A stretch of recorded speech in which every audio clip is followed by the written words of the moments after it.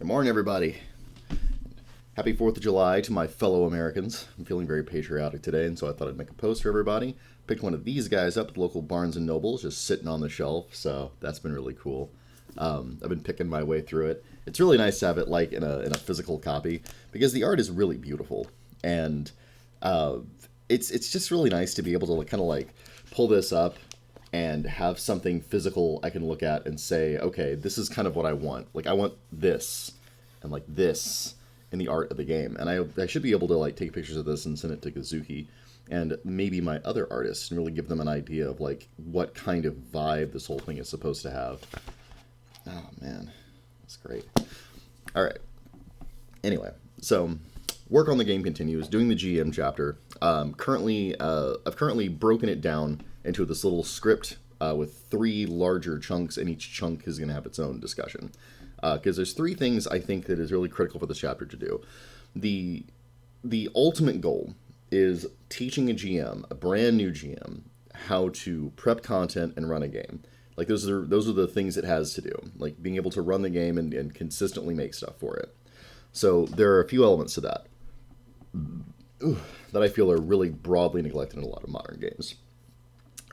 The first thing I've been doing is talking to them about place, because being able to like set the stage for what's going on is really critical as a GM skill. Dungeons are how you do this in D&D. You also do it with towns, hexes, and stuff like that. And in a lot of other games, there's like no real discussion of making places that are significant and presenting that significance that it, in a way to your players that it is significant to them. I remember a lot of times when I was running Exalted 2nd Edition, and I imagine in Exalted 3rd too, there's a discussion of travel, but not a discussion of actually like prepping a piece of content for like a city or something and allowing them to meaningfully interact with it. No, the most I ever found about that in a structured way was in Justin Alexander's site, The Alexandrian, where he talks about things like urban crawls. And I think the urban crawl rules are a really good place to start. If you've ran games for a while, you kind of know like what troubles you're going to run into if you have a big city that you want to be meaningful to the players and have like a lot of things going on in it, a lot of intrigues and what have you. Looking at the way he lined out his goals and how players interact with him and how thoughtful he was about the whole process of consistently prepping content for it and making a certain amount of content for it that allows people to interact with it meaningfully and all that. It's really a brilliant read. And it gets, even if you don't use any of it, which I'm not really meaningfully using anything in that article, that series of articles rather, even if you don't, it gets you thinking about what are the considerations I need to have as a GM. And that's kind of what my chapter is doing too. In terms of place, it is what is the minimum amount of prep I need to be impactful and useful to players. Thankfully, I've been thinking about this for several years, and it's one of the things I always go back to as a GM. What do I need to prep to make this happen? And I found that really the core thing is always where you're going to have a fight. Like, if you have like a thing you want the players to explore, like a big city, there has to be enough there that their exploration manifests in a meaningful way. But there shouldn't be so much there that it's taking you forever to prep this thing, and you're largely throwing out huge chunks of the work. That can be fine, like in the sense of like a dungeon with players of a very limited amount of capacity to break through the walls. Then a dungeon makes a lot of sense, and spending a lot of time in a dungeon makes sense because it's designed to trap the players inside. I mean, that's really what they're for. The players are in there, and they have to go the different places the dungeon allows them to go. So making a lot of rooms with a lot of stuff in them and a very complex interlocking relationship, it's great. It's like making a really good level in a video game. They're stuck within the parameters of the firewall, and they have to find a way to negotiate and navigate and roleplay and have fun to get the fuck out of it. That's great. And I think that's a really useful use of like really dense prep time. I don't imagine that people that play this game though, and I as a person who plays this game, I don't really care for dungeons in a kung fu RPG about kicking ass. Like, how many dungeons show up in this? Not very many. It's mostly just big open world things, and there's cities, and the cities have props like a stage, and sometimes like you see a lot of city, But how much of that is meaningfully interacted with? This is just background. There's a lot of that. And when they get to fighting, it's always, and like this is the very next page, by the way, it's always much narrower. It's much more focused, something that'll fit in the comic panel. That is how players interact with this. They go to areas that have a description that's big and it's background, and they only really meaningfully interact with like, subsections of that have tactically important scenery. So that was the core unit, which I used to call battlefields, it's called fields now, of how to prep things. They're basically the equivalent of a room in a dungeon. And because I have rooms in a dungeon, I need to have a dungeon, and so that's what I call a tract. And a tract kind of straddles the line between a dungeon and a hex. A tract groups together fields by theme, or by their geographical theme, like how close they are together, in other words. And then it's just this big terrain piece that's recognizable from a distance, and when you're on it, you are on that terrain piece. So like if it's a big forest, you're in the forest. If it's a city block or neighborhood, that's where you are. You're in that neighborhood. You know, if it's a mountain, you're on the mountain. Simple as that. And anything that isn't defined, anything that's bigger than that and undefined is a region. So there are lots of mountains in like a mountain range, but like each like cluster, meaningful, recognizable cluster of mountains is a tract, and the whole range is the region. Same thing with like if you wander into the desert, individual towns or oases or things that you wander into, those are tracts or fields. But the vast majority of that like empty, hot nothingness, that's just the desert. That's the region. So that's place. And there's a discussion not only of making that important to players, but also a discussion of traveling between those areas and the structural friction of doing so. Because even if you're going really fast, and maybe even especially if you're going really fast, there's other things in these places that want to fucking murder you. And so it's really likely that they're going to show up and murder you. And it still takes time even if you're going fast. You still need to take breaks. You still need to eat food. There's friction trying to get more geographic content out of the areas. That's important because it helps to pace the game. And that segues into the second part that I'm doing, which is pacing. Again, most role-playing games don't teach you much about how to pace them correctly. So I wanted to make sure, because I'm using scenes in this game, that I was defining the different kinds of scenes that can be in this game and defining them in terms of their function. Fights are obvious. But the non-fight time, you're just role-playing and talking and all that, that also needs parameterization. You need to know when that ends and another kind of scene begins. And sometimes that's intuitive, right? You know, you're talking and role-playing, and then someone throws a punch and you all roll initiative. That rolling initiative is when you segue from like this broader scene of role-playing into this more constricted and turn-based scene of fighting. It is. And there's also a time when the fight is over and no one's fighting anymore, and you kind of go back into that broader scene.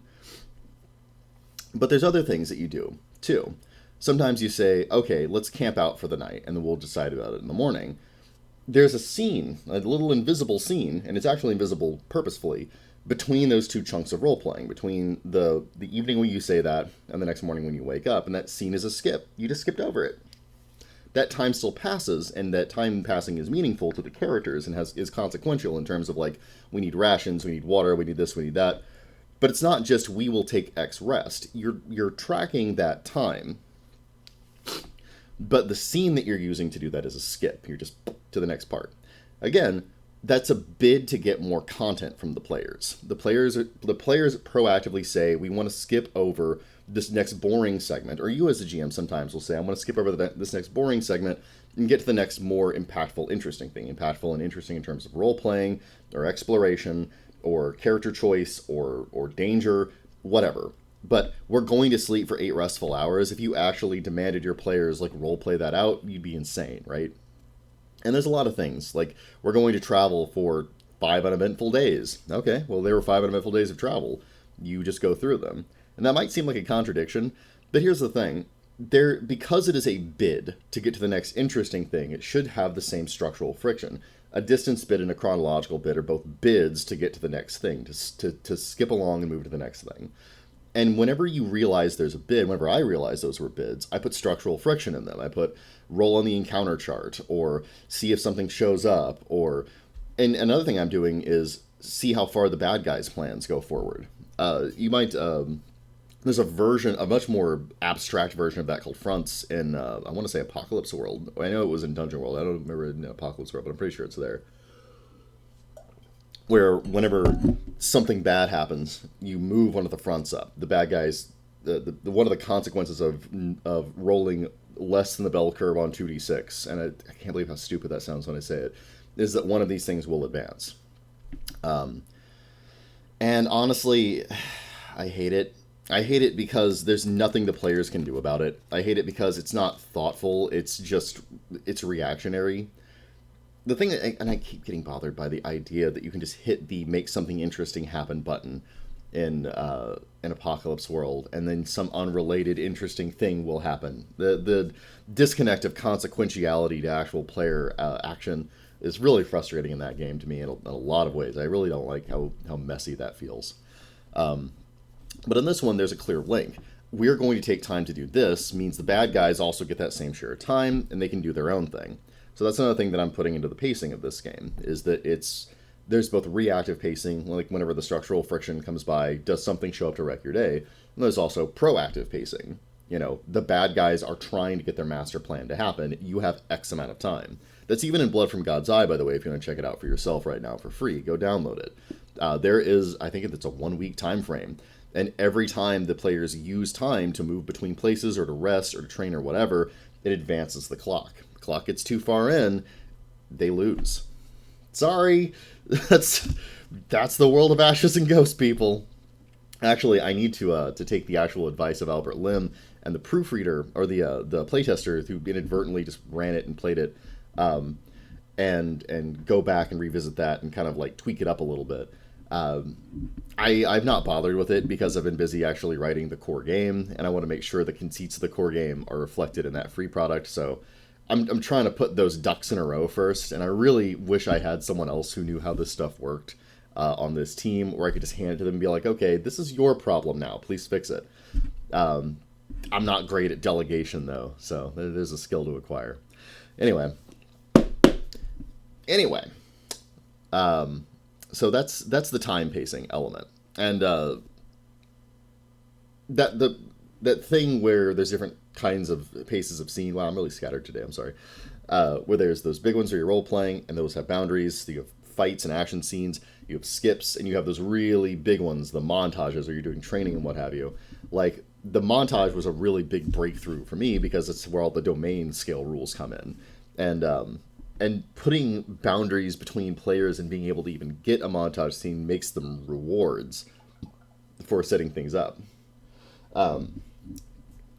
So that's all been that's all stuff that I don't remember ever seeing any of that outside of like old school D&D where they talk about it. And I've never seen it structured quite that way, especially when it's relating to like player facing scenes. So I'm putting that in the game, and that should cover our discussion of prepping most content, most physical content as far as location goes, and like how to dole that out in a way that, in both chronologically and geographically, in a way that isn't overwhelming for a GM. Now you see this, now you see this, now you see this, now this happens, now this happens. Now there's these boundaries that put gameplay between those things. Like something shows up to fight you, something shows up to role play with you. Danger happens and you have to escape it. You're running out of food, what do? You start to take these penalties, what do? It puts the players a lot more on the hot seat, and it means that they are not the only ones dictating the pacing of the game. They are largely, like, it's dictated by what they want to try to do with their gambits, but consequentiality makes it so that the game setting has a say, and the things you prep have a say in how much content the players are able to access at a given time. And that's a really good way to conserve your amount of free time as a GM. It's good coffee. I made it really sweet today, so it's a little bit candy, but whatever. Okay. I'm also putting in stuff like how to prep NPCs and treasure and blah blah blah. So that's this chapter. The last little leg, because there's 3 legs to this particular chair. The last leg is kind of best practices for a GM. It's got things like note-taking or how to describe things in a way that's consistently evocative and fun, so that you're not just saying you throw a punch, he throws a punch, they throw a punch. You're selling it a little bit, so it's a little more exciting, you know? You know, he throws a twisting back dragon punch that feints into an elbow, and then he connects with your jaw, and there's an explosion of blood and teeth. Like, okay, it's a little more rich. And again, that's not something that, like, to some extent, I've coded that into the rules. Like, the wounds that you take whenever you get injured help codify this as a consequence of that. So you attack somebody with a certain kind of weapon, you hit them in a certain limb, it takes damage in a certain way. Like, and it's not super detailed, but there's enough there that, like, you kind of get that there's something happening. But selling the sizzle, such as it is, like, really, like, selling the impact and, like, making that fun and something evocative and interesting for players. And also, like, making certain that you're giving enough descriptive freedom to players to say, okay, and this actually I've seen this technique from other GMs. I sort of stole this from other different GMs, where you roll enough damage to kill the bad guy in the role-playing game, whatever it is, usually D&D. How does he die? What do you do to this guy? I love that. I love whenever the GM's like, okay, you tell me how much this guy's dead. And I'd like to write a little something in there to talk about those permissions that a GM can grant the players. Like, okay, like, usually I'm the guy that tells you outcomes, but in this case, you're going to tell me the outcome, and we're going to parameterize that again. We're going to say, okay, we didn't kill this guy or tear his arm off, but you did injure his arm up to this much with this weapon. You tell me how that looks, because, you know, you beat him, you know, and he's doing this and he's doing that, so you tell me. And each one of those caveats you put on that adds a dimension of parameter. It puts a boundary on what they can potentially describe. But within those boundaries, there's a universe of your players' creative potential and your players' descriptive energy and imagination and their own willingness to sell how cool they are. And that not only makes them feel empowered and cool, which is something that should happen in this game, but it also adds something to the entire group experience. So that definitely needs to be part of the advice of playing the game. I'm clicking this like it's the book I wrote. I wrote a different book. I wrote this one, god damn it.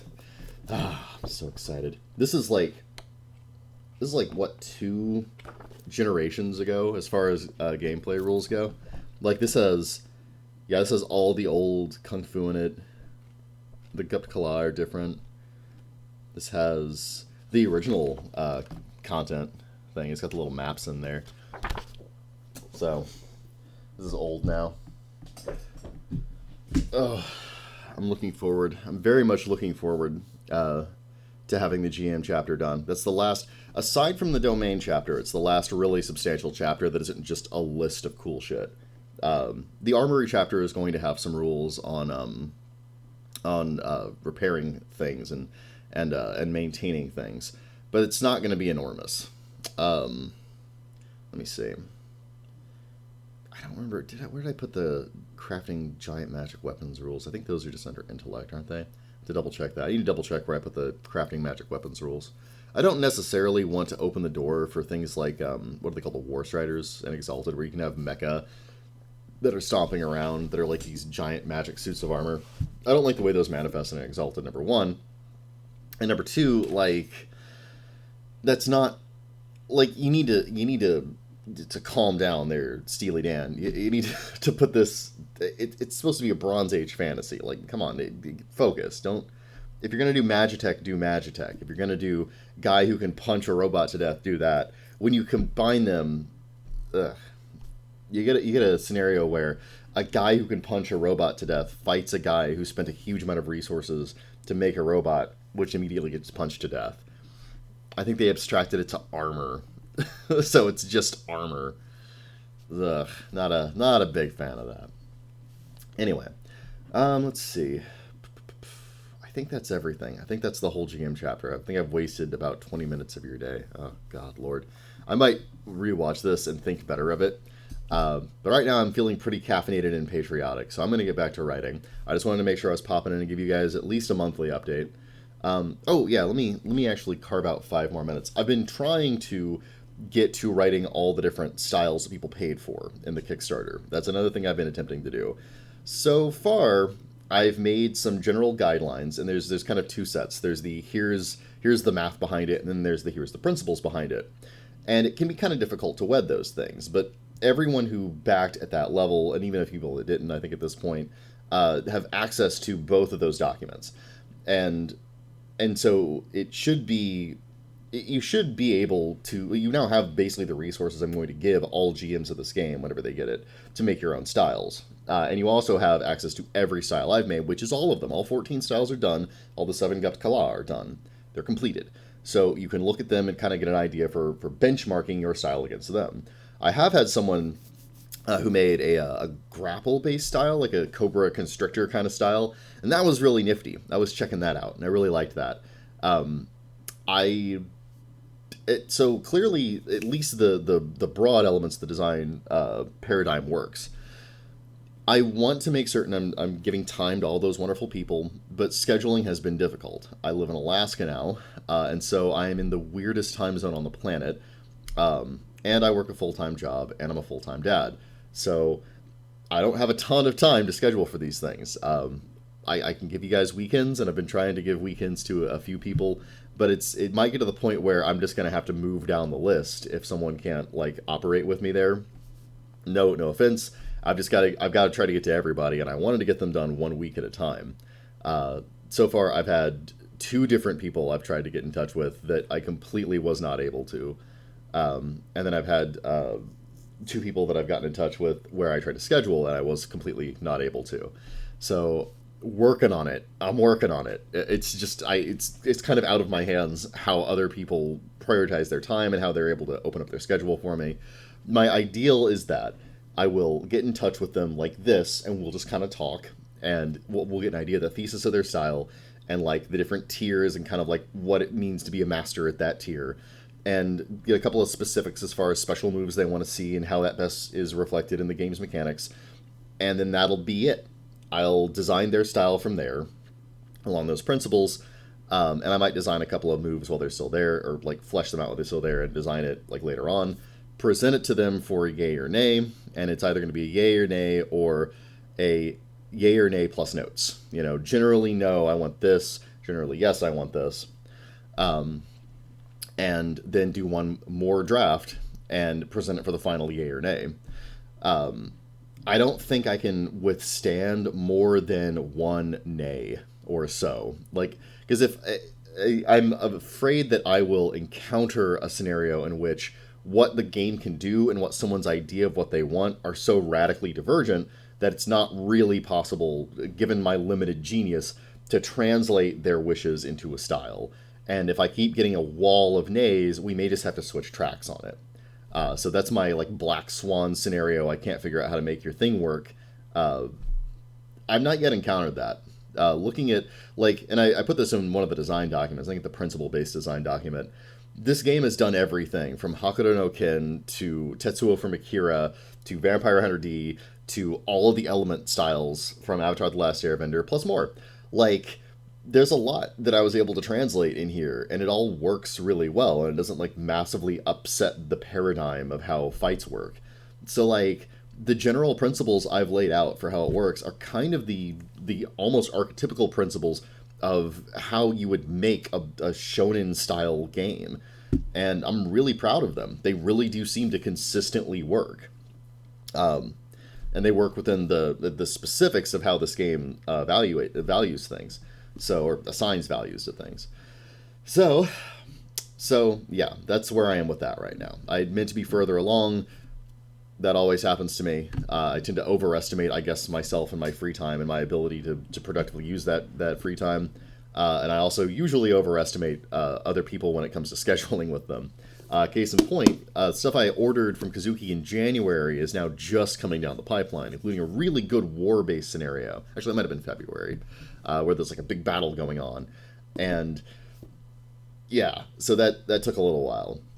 I just this last week got back in touch with Albert Lim, who's been having a very hectic year himself for editing, and now I'm actually going to be delegating some stuff to him. Hopefully, we'll be seeing these things edited and filled with art, and generally get turning into a final product here very, very shortly.